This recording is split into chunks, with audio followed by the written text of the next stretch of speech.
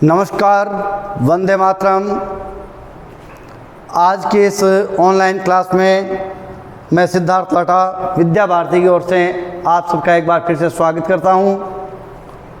आज की हम क्लास में कवि बिहारी को पढ़ने जा रहे हैं और कवि बिहारी को हम पढ़ें तो इससे पहले हम एक बार फिर से ध्यान करें तो हिंदी साहित्य के इतिहास की तरफ चलते हैं। तो इतिहास को हम देखें तो हिंदी साहित्य के इतिहास को 4 भागों में विभाजित किया गया है। पहला आदिकाल,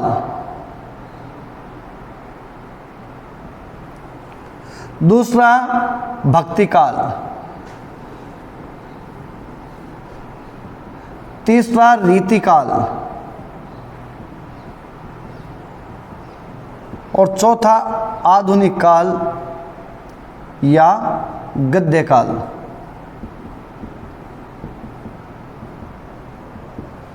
इस समय को हम ध्यान करें तो एक सर्वमान्य जो काल विभाजन है उसको हम ध्यान करें तो यहाँ पर ये ध्यान में आता है कि 1000 से लगा करके 1350 तक का जो समय है इसको हम आदिकाल में मानते हैं। कुछ विद्वान 1375 तक लेते हैं, कुछ विद्वान 1375 को विक्रमी संवत मान करके उनमें से 57 कम करके वैसे मानते हैं, 1300 तक मानते हैं। इस तरह से हम इनके कंफ्यूज में न ला करके एक सर्वमान्य जो है उसमें ध्यान करें तो 1350 तक का जो समय है वो आदिकाल। दूसरा भक्तिकाल 1350 से 1650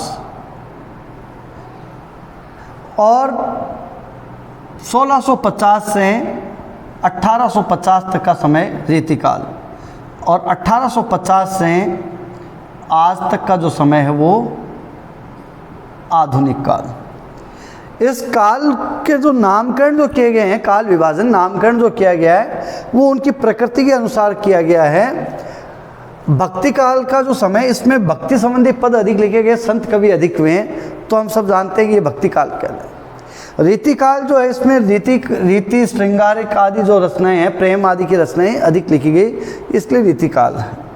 ये जो समय है ये हम ध्यान करें तो दरबारी समय है, तो राजा के दरबार में जो कवि रहते थे राजा को प्रसन्न करने के लिए रचनाएं किया करते थे, तो रीतिकाल में श्रृंगार आदि की अधिक रचनाएं की गई। इसमें हम इस प्रकृति के अनुसार इसको विभाजन करें तो कवि के काल विभाजन से हम भी अपन ध्यान करें तो कबीरदास, तुलसीदास, रहीमदास आदि जो हैं ये सब भक्तिकालीन कवि थे जिनको हमने अभी तक पढ़ा। तो इससे पहले हमने 3 पाठ जो पढ़े हैं, 3 अध्याय हमने पढ़े हैं जिनमें कबीरदास, तुलसीदास, कृपाराम और रहीम जी इनको पढ़ा। ये सब भक्तिकालीन कवि माने गए हैं। इनमें कृपाराम जी जो हैं वो तो रीतिकाल के कवियों में आ जाते हैं, लेकिन फिर भी हम इनको भी उनके साथ में। अब हम जो पढ़ रहे हैं बिहारी को, तो कवि बिहारी के बारे में हम पढ़ें तो कवि बिहारी रीतिकालीन कवि हैं। तो कवि बिहारी के हम जन्म से परिचय से हम ध्यान करें तो कवि बिहारी का जो जन्म जो है वो 1595 में हुआ था और मृत्यु इनकी 1663 में हुई। ध्यान करें 1650 में रीतिकाल आरंभ होता है। तो कवि बिहारी रीतिकाल के आरंभिक कवि, प्रमुख कवियों में से एक माने गए हैं कवि बिहारी। कवि बिहारी के पिता का नाम केशव राय था, वो भी एक कवि थे, कवि माने जाते हैं। और पर कवि के इनके कवि बिहारी का जन्म जो है वो मध्य प्रदेश ग्वालियर जो है यहाँ पर इनका जन्म माना जाता है। कवि बिहारी अपने हम लोगों से, राजस्थान के लोगों से विशेष जुड़े हुए हैं क्योंकि कवि बिहारी राजा, जयपुर के राजा जो मिर्ज़ा राजा जय सिंह हैं, मिर्ज़ा राजा जय सिंह के दरबारी कवि थे। मिर्ज़ा जय सिंह का हम जब ध्यान करते हैं इतिहास तो ये हम सब जानते हैं कि 1611 से 1667 का इनका समय रहा है। इस कार्यकाल में कवि बिहारी इनके यहाँ राज दरबार में रहे हैं। मिर्जा राजा जय सिंह ऐसे राजा रहे हैं जिनको मुगल काल की जो 3 पीढ़ियाँ उनके सेनापति रहने का सौभाग्य प्राप्त हुआ है। तो हम ध्यान करें, अकबर के पुत्र जहांगीर, जहांगीर के शाहजहाँ और औरंगजेब। तो जहांगीर, शाहजहाँ और औरंगजेब, इन तीनों के शासन में सेनापति रहने का सौभाग्य मिर्जा राजा जय सिंह को प्राप्त हुआ है। लेकिन मिर्जा राजा जय सिंह के दरबारी कवि रहे हैं कवि बिहारी। मिर्जा राजा जय सिंह अपने कर्तव्य दायित्वों से विमुख होकर के राग रंग में डूबे रहते थे, और कवि बिहारी जब मिर्जा राजा जय सिंह के पास में आए, उस समय राजा अपनी रानी के साथ में राग रंग में डूबे हुए थे, और कवि बिहारी ने दरबारी के साथ में संदेशा भेजा। तो जय सिंह ने मिलने से इनकार कर दिया। इस बात से बिहारी खफा हुए, नाराज हुए, और उन्होंने एक पद लिखा। दरबारी ने कहा कि आप रुक जाइए, राजा आपसे कल मिल लेंगे।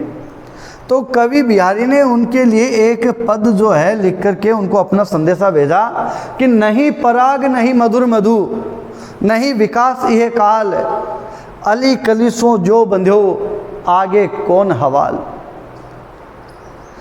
और ये पद जो ही मिर्जा राजा जय सिंह ने जब ये पढ़ा, ध्यान किया, तो शायद जय सिंह को अपनी गलती का एहसास हुआ, और वो समझ गया कि मैं जिस कार्य के लिए यहाँ पर आया हूँ, वो तो राजा जिसके लिए बना हूँ वो कार्य तो मैं कर नहीं रहा हूँ, और अन्य कार्य में राग रंग में मैं डूबा हुआ हूँ। और उन्हें अपनी गलती का एहसास हुआ, और कवि बिहारी को से जाकर के क्षमा याचना की, और कवि बिहारी को अपने दरबार में ही रख लिया।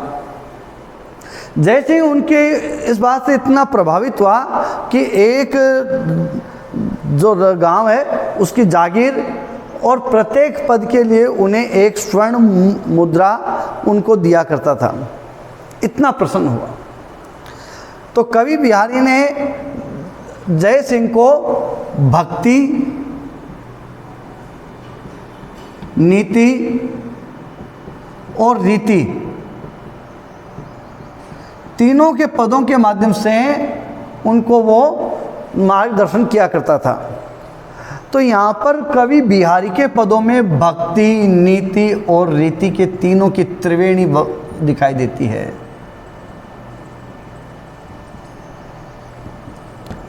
कवि बिहारी के पदों में भक्ति के पद भी दिखाई देते हैं, तो नीति के पद भी दिखाई देते हैं, और साथ में श्रृंगार के पद भी दिखाई देते हैं। रीति का मतलब श्रृंगार। लेकिन कवि बिहारी की जो महत्वपूर्ण जो पहचान है वो श्रृंगारी कवि के रूप में है। श्रृंगार के पद कवि बिहारी ने अपने जीवन काल में लगभग 713 पद लिखे हैं।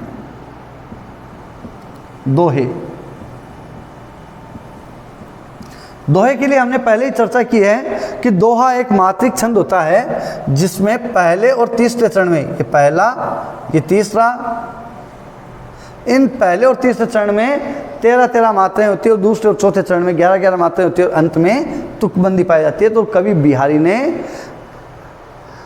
713 पद लिखे, और इन 713 पदों का जो संकलन है वो कहलाया सतसई।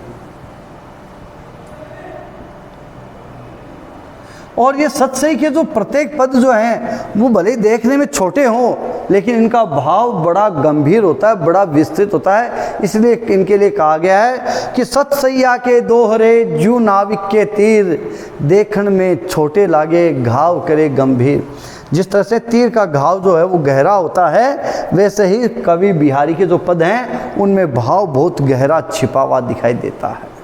और इसीलिए इस छोटे से पद के माध्यम से बड़ी विस्तृत बात कहने के कारण ही इनके लिए कहा जाता है कि कवि बिहारी ने अपने पदों के माध्यम से गागर में सागर भर दिया है।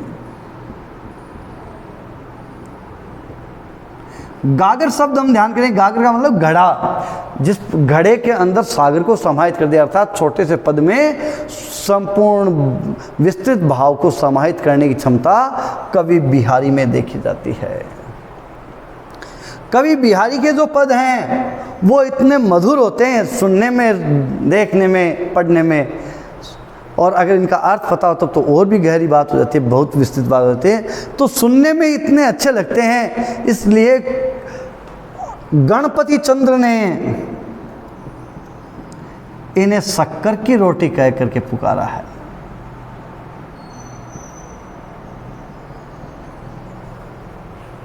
शक्कर का भाव, मिठास इतनी अच्छी इनके पदों में दिखाई देती है। आचार्य हजारी प्रसाद द्विवेदी ने इनके पदों को देख करके, इनके पदों को पढ़ करके सहृदयों का घर कह के पुकारा है, अर्थात प्रेमियों का हृदय।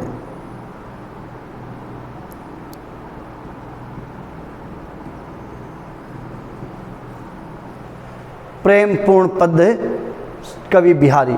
यहाँ पर हम फिर से ध्यान करें, रीति काल की ओर हम चलते हैं। तो रीति के जो कवि हैं, रीति काल 1650 से 1850 तक का जो समय है, ये रीति काल। इस रीति काल में जो कवि हुए हैं उन्होंने रीति संबंधी रचनाएं की है। तो इस रीति को भी कवियों ने, विद्वानों ने 3 भागों में विभाजित किया। रीतिबद्ध,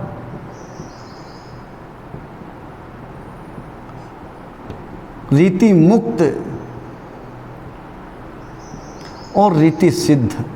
ये 3 प्रकार के कवि इस कालखंड में, ये जो 1650 से 1850 तक का समय है, इसमें जो सैकड़ों जो कवि हुए हैं, इन सैकड़ों कवियों को इन 3 भागों में विभाजित किया, रीतिबद्ध, रीति मुक्त और रीति सिद्ध कवि।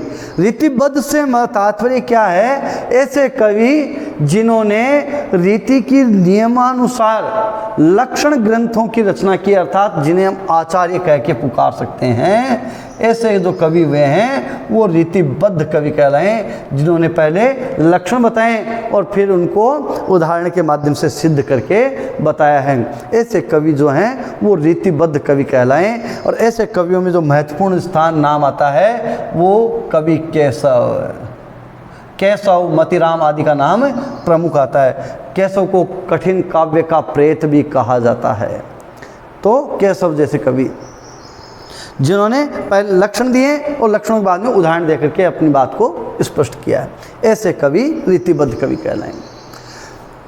और जो इस रीति परंपरा से जो मुक्त होकर के जिन्होंने रचनाएं की है, ऐसे कवि रीति मुक्त कहलाएं, जिनमें घनानंद, आलम, बोधा, ठाकुर आदि का नाम महत्वपूर्ण आता है।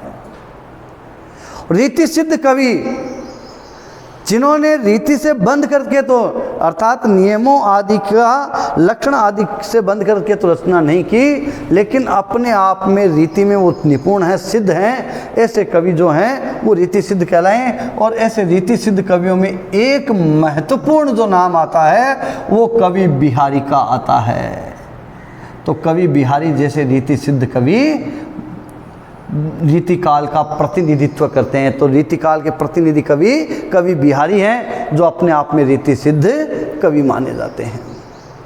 अपने पाठ्यक्रम में इनके जो पद लिए गए हैं उनमें अभी हमने जैसे चर्चा की, जिनमें भक्ति, नीति और रीति, ये तीनों भाव एक साथ में हमें दिखाई देते हैं, जिनको हम यहाँ पर पढ़ रहे हैं। तो पहला पद हम कवि बिहारी का पढ़ रहे हैं, जिसमें कवि का भक्ति भाव का पद हम पहला पढ़ रहे हैं। कवि बिहारी कहते हैं कि मेरी भव बाधा हरो राधा नागिर सोई, जा तन की झाई परे श्याम हरित दुति होई। अभी हमने चर्चा की थी कि कवि बिहारी छोटे से पद के माध्यम से गंभीर भाव को व्यक्त करने में सिद्ध हैं, इस कारण से रीति सिद्ध कवि माने गए हैं। तो छोटे से पद के माध्यम से गंभीर भाव को स्पष्ट किया है। तो इस प्रकार के जो पद हैं उनमें श्रेष्ठ अलंकार का विशेष तौर से हम देखने को मिलते हैं। एक ही पद के अलग अलग तरह से अर्थ ग्रहण कर लिए जाते हैं। तो पहला पद हम भक्ति का पद पढ़ रहे हैं।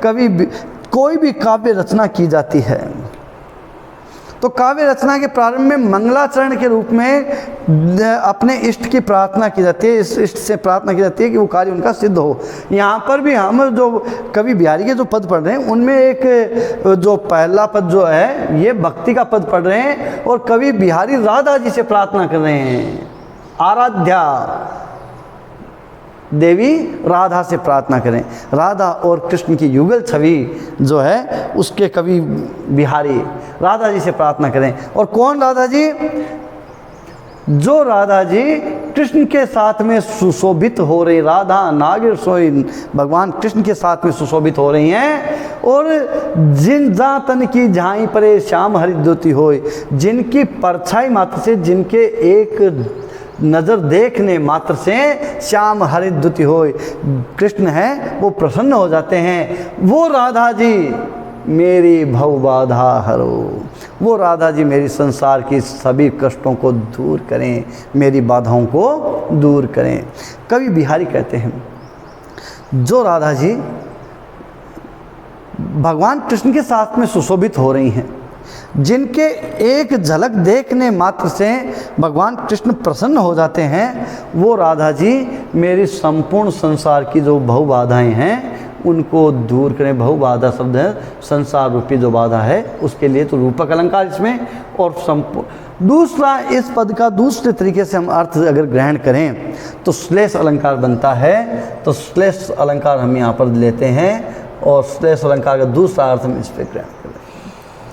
राधा और कृष्ण दोनों मेरी, राधा और कृष्ण मिल करके युगल छवि में मेरी संसार की बाधाओं को दूर करें, क्योंकि इनकी जा तन की जाए, इनकी युगल छवि में परछाई पड़ने मात्र से ही श्याम हरित द्युति होय। श्याम शब्द अर्थात सारे कष्ट पीड़ा जो है वो स्वतः ही दूर हो जाते हैं। द्युति होय वो उज्जवल हो जाते हैं, सारे कष्ट स्वतः ही मिट जाते हैं। तो पहले पद में हमने केवल राधा जी से अर्थ ग्रहण किया और दूसरे पद में हमने युगल छवि के अर्थ में, पहले जो अर्थ लिया हमने सामान्य अर्थ, उसमें राधा जी के द्वारा अर्थ ग्रहण किया और दूसरा अर्थ हमने श्लेष अर्थ लेते हुए दोनों की युगल छवि के रूप में हमने अर्थ ग्रहण किया। इसलिए यहाँ पर श्लेष अलंकार, बहुबाधा में रूपक अलंकार। दूसरा पद,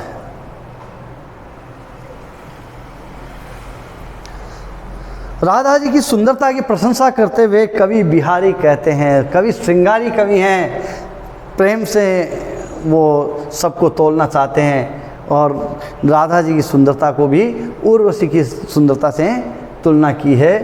तो परवारों उर्वशी सुनी राध के सुजान, तू मोहन के उर्वशी हुए उर्वशी समान।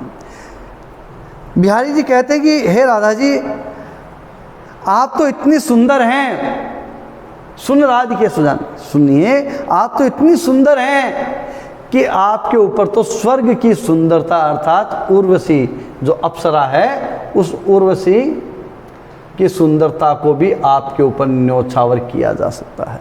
तो परवारों उर्वशी, आपके ऊपर तो उर्वशी की सुंदरता को न्योछावर किया जाए तो भी कम है, सुन राज के सुजान। इसी कारण से आप इतनी सुंदर होने के कारण, उर्वशी के समान, उर्वशी से भी सुंदर होने के कारण तू मोहन के उर्वशी, इसी कारण से आप मोहन के हृदय में बसी हुई है। यहाँ पर उर्वशी शब्द उर्वशी के लिए आया था, यहाँ पर उर्वशी शब्द हृदय में बसने वाली के लिए आया है।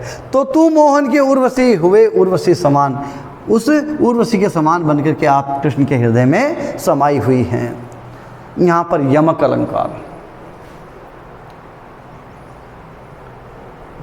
उर्वशी और उर्वशी, इन दोनों पदों को हम देखें तो यहाँ पर इसके टुकड़े करके हमने अर्थ ग्रहण किए। उर्वशी अर्थात हृदय में बसने वाले। तो जब किसी शब्द के टुकड़े करके, शब्द की आवृत्ति हो और अलग अलग अर्थ हो और लेकिन उनके अर्थ के टुकड़े, शब्द के टुकड़े करके अलग अर्थ ग्रहण किया जाता है, तब वहाँ पर सभंग यमक अलंकार होता है। सभंग, तो यहाँ पर सभंग यमक अलंकार है जिसमें उर्वशी शब्द के अलग अलग अर्थ ग्रहण किए गए हैं।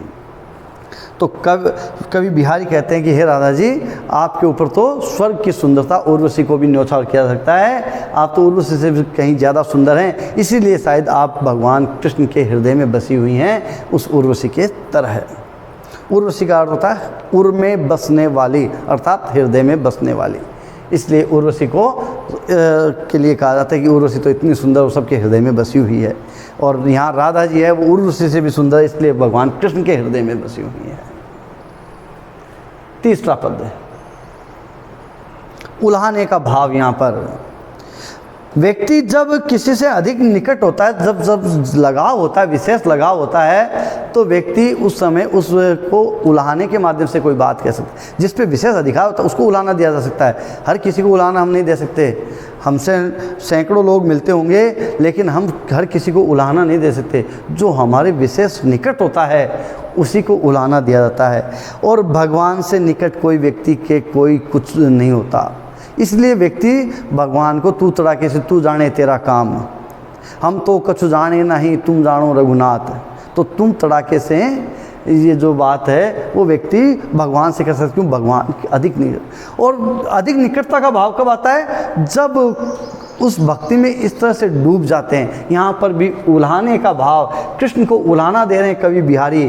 भक्ति की चरम सीमा देखिए, सख्य भाव यहाँ पर देखिए, सख्य भाव।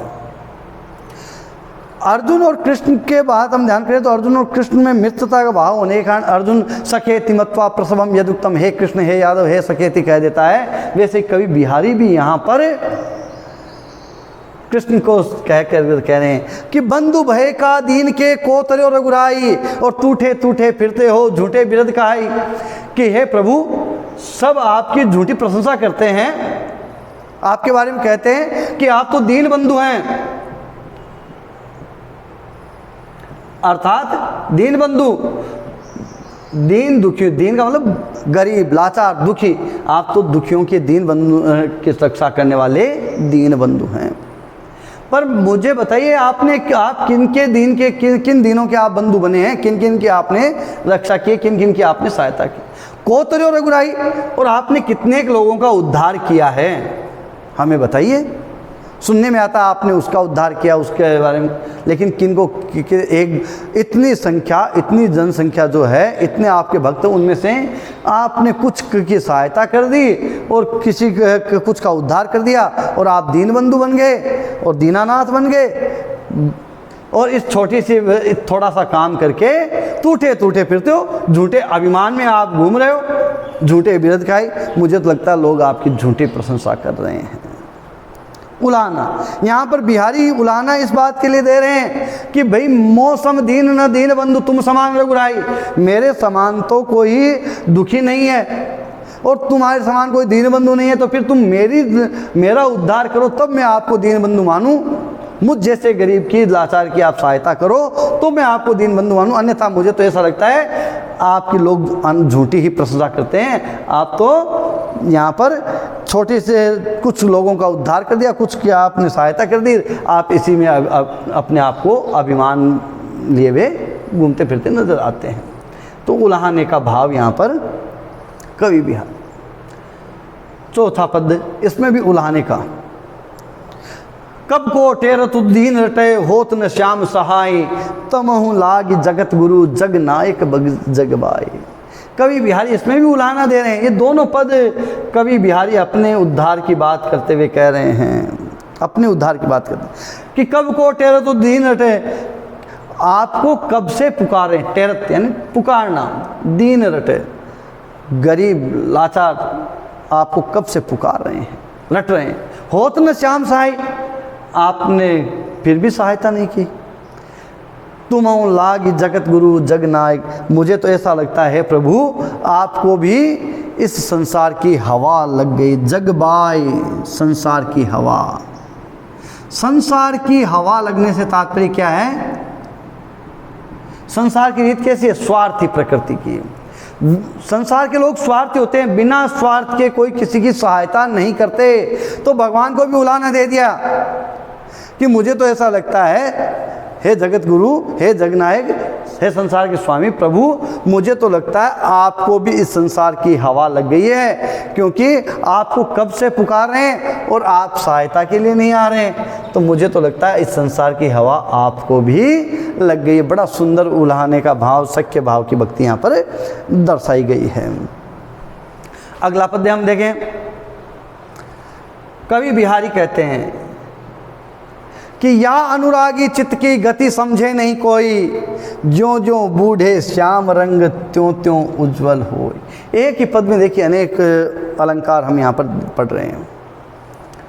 कवि बिहारी कहते हैं कि या अनुरागी चित्त की गति समझे, इस प्रेम पूर्ण हृदय की बात को कोई समझता नहीं है।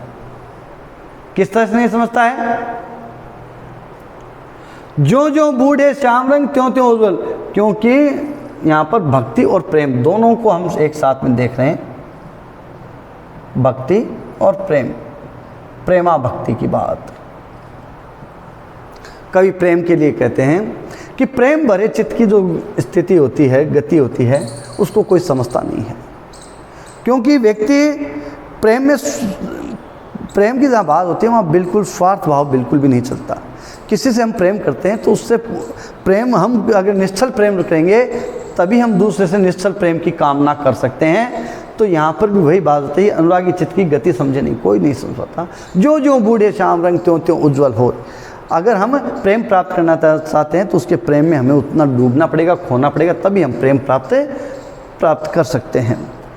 वही बात भक्ति की बात है कि कृष्ण की भक्ति रूपी प्रेम को कोई समझ नहीं पाता।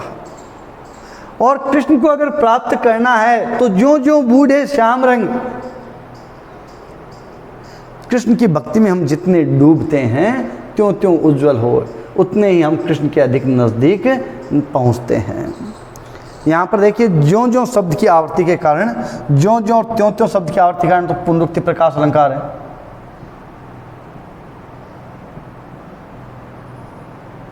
एक पद में एक से अधिक अलंकार होते हैं तो उनका कारण हमें स्पष्ट बताना पड़ता है कि यहाँ इन शब्दों की आवृत्ति के कारण तो पुनरुक्ति प्रकाश अलंकार है।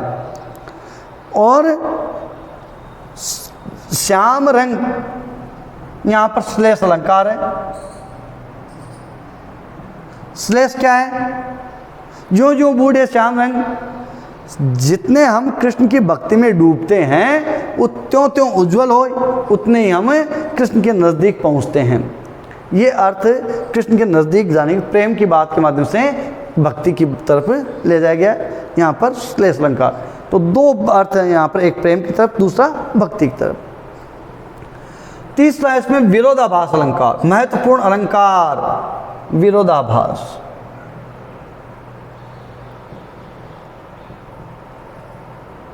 जहां विरोधी बातों का आभास होता है वहां विरोधाभास अलंकार। एक तरफ तो डूबने की बात कही गई है और दूसरी तरफ उज्जवल होने की बात कही है। और वो भी डूबना किसमें? श्याम रंग, काले में डूब करके उज्जवल होने की।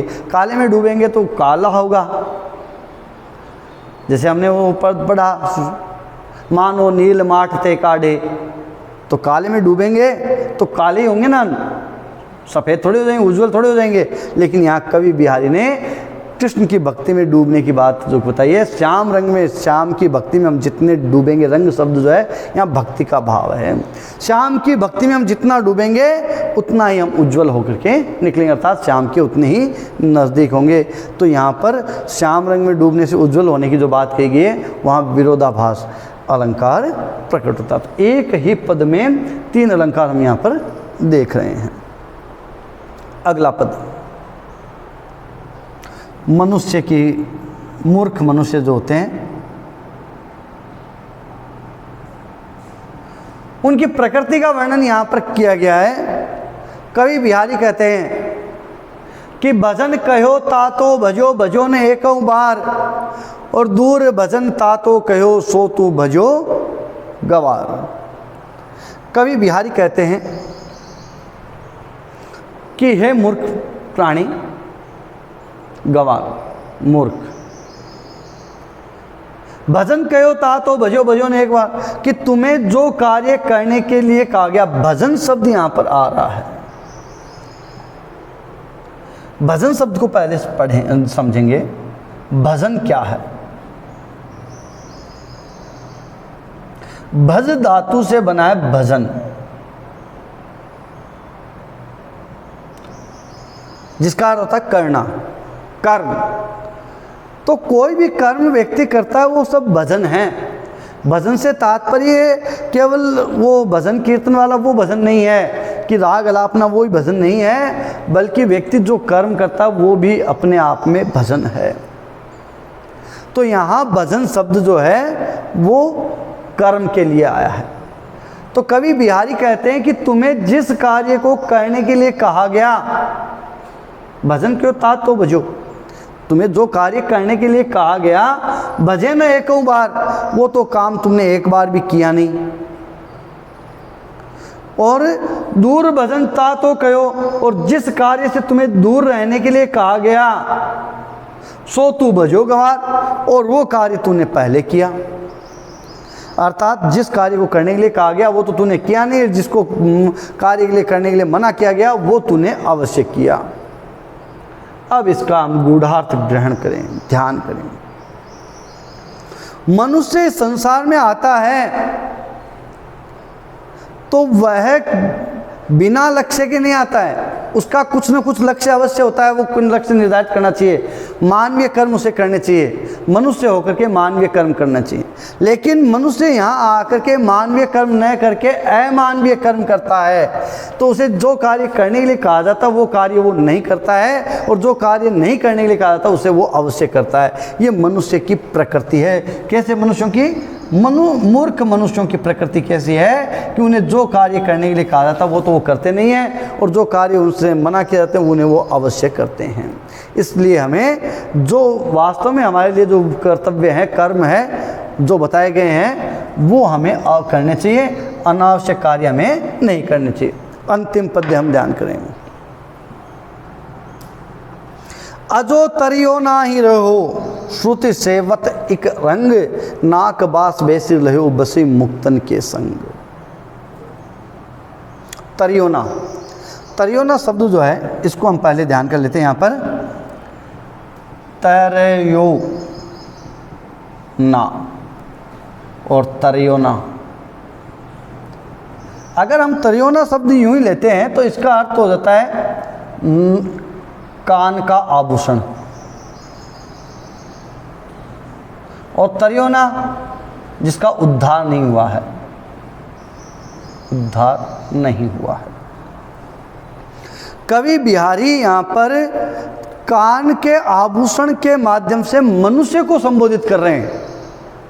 संबोधित यहाँ पर तो उन्होंने कान के आभूषण को किया, लेकिन वास्तव में मनुष्य को उसको तो आधार बनाया है, और बात कही गई है मनुष्य को कि अजो तरियो न श्रुति सेवत एक रंग, कि हे कर्ण आभूषण, तूने कान की संगत करके, कान की सेवा करके, कान के रंग में रंग करके तू आज तक लटका हुआ ही रह गया। देखिए, व्यक्ति जिस प्रकार की संगत में रहता है वो उसी की तरह से बन के रहता है। तो कान की सेवा करके भी तू आज तक लटका हुआ रह गया, और वहीं उस स्वर्ण ने मोतियों का साथ करके नाक बास वैसे लो, नाक का स्थान प्राप्त कर लिया है बसी मुक्तन के संग। उसी स्वर्ण ने मोतियों का साथ करके नाक का आभूषण का स्थान प्राप्त कर लिया है। अब ये तो इसका सामान्य शाब्दिक अर्थ हुआ, इसका गूढ़ार्थ ध्यान करेंगे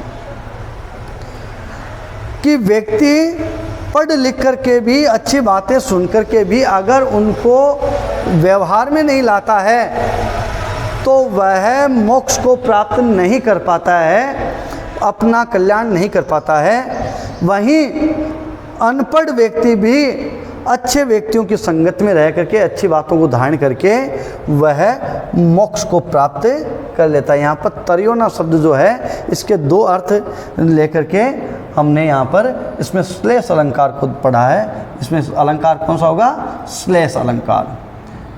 एक ही पद के अलग अलग अर्थ ग्रहण किए जाते हो, तो वहाँ फिर से हम इसके भाव को ध्यान करें कि मनुष्य पढ़ लिख करके, अच्छे वेदों का आदि का ज्ञान प्राप्त करके, श्रुत सेवत भगवान की सेवा करके भी, वेदों का अध्ययन करके भी व्यक्ति मोक्ष को प्राप्त नहीं कर पाता।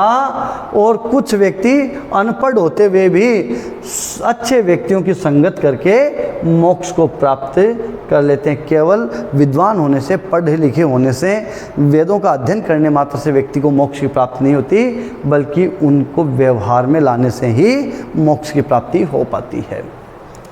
आज हमने बिहारी जी के 7 पद हमने पढ़े, जिनको एक बार हम फिर से ध्यान करें। पहला पद हमने भक्ति भाव का पढ़ा, जिसमें राधा जी से बिहारी जी अपने कल्याण की कामना कर रहे हैं कि मेरी भव बाधा को दूर करें। दूसरे में राधा जी की सुंदरता का वर्णन किया है और उनकी तुलना उर्वशी की सुंदरता से अधिक बताई है। और यहाँ पर यमक अलंकार का हमने विशेष प्रयोग हम ध्यान किया। तीसरे और चौथे पद में उल्हाना देते हुए कवि बिहारी ने भगवान को उल्हाना दे करके अपने कल्याण की बात कही गई है। भक्ति का भाव यहाँ पर, शक्य भक्ति भाव यहाँ पर प्रकट होता है। पांचवें पद्य में जो प्रेम और भक्ति की रीति की, यहाँ प्रेम और भक्ति की रीत बताई गई है। भगवान को प्राप्त करने के लिए और प्रेम को प्राप्त करने के लिए, दोनों को ही प्राप्त करने के लिए, प्रेम को प्राप्त करने के लिए प्रेम में डूबना पड़ता है, भगवान को प्राप्त करने के लिए भक्ति में डूबना पड़ता है। और ये भक्ति और प्रेम की प्रकृति का वर्णन इसमें हमने पढ़ा। छठे पद में हमने मनुष्य की प्रकृति को पढ़ा कि मूर्ख मनुष्य जो होते हैं उन्हें जिस काम के लिए कहा जाता है वो कार्य नहीं करते, और जो काम उन्हें मना किया जाता है उसे वो अवश्य करते हैं, और इस कारण से वो अपनी मूर्खता के कारण इस संसार में दुखों को भोग करते हैं। और अंतिम पद में हमने जो मनुष्य को भक्ति भाव को ग्रहण करते हुए श्रेष्ठ कर्म करने की बात कही गई है कि केवल विद्वता प्राप्त करने से, वेदों का अध्ययन करने मात्र, शास्त्रों का अध्ययन करने मात्र से व्यक्ति का कल्याण नहीं हो सकता, बल्कि उनको व्यवहार में लाने की आवश्यकता है। इससे आगे के जो पद हैं वो हम पढ़ेंगे अगली क्लास में। तब तक के लिए धन्यवाद। वंदे मातरम।